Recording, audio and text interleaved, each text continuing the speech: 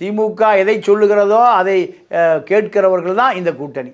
இது அவருக்கு தலைக்கு மேலே இருக்கிற பிரச்சனை. இப்போ அவரை பொறுத்த வரைக்கும் இது ஒன்றும் படப்பிடிப்பல்ல, இது ஒன்று படப்பிடிப்பல்ல.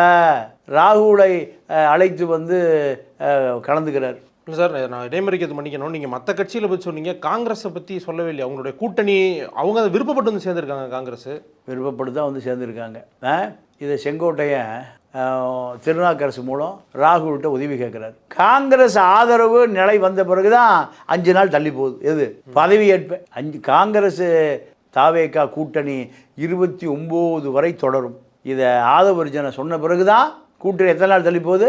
5 நாள் தள்ளி போகுது. அமித்ஷா கூப்பிட்டு கேட்குறாரு ஆளுநரை, நீங்கள் இன்னும் 118 வராமல் 108லேயே வைத்துக்கொண்டு எப்படி நீங்கள் ஆட்சி அமைப்பதற்கு அவரை அழைப்பீங்க? இல்லை நிரூபிக்கிறேன்னு இருக்காரு. நிரூபிக்கவே முடியாது. அவர்கள் கூட்டணிக்கே வரமாட்டாங்க, கூட்டணிக்கே வர மறுக்கிறார்கள். இதை சொன்ன பிறகு தான் அவருக்கு கொடுக்கப்பட்ட முதலமைச்சர் கான்வாய் வாபஸ் வாங்கப்பட்டது. நேரு ஸ்டேடியத்தில் போட்ட பந்தல் நிறுத்தப்பட்டது. இதுக்கெல்லாம் பின்னணி எவ்வளோ பெரிய அரசியல் இருக்குது.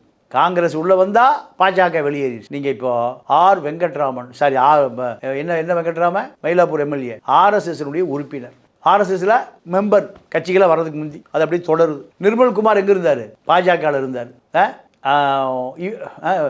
அந்த அம்மா பேர் கீர்த்தனா, அந்த அம்மா ஆர்எஸ்எஸ்னுடைய உறுப்பினர். 3 பேரும் ஆர்எஸ்எஸ்ஸில் முழு நேரமாக பணியாற்றியவர்கள். அவர்கள் தான் இந்த விஜய்க்கு மிகப்பெரிய கொள்கை வகுப்பாளர்கள்.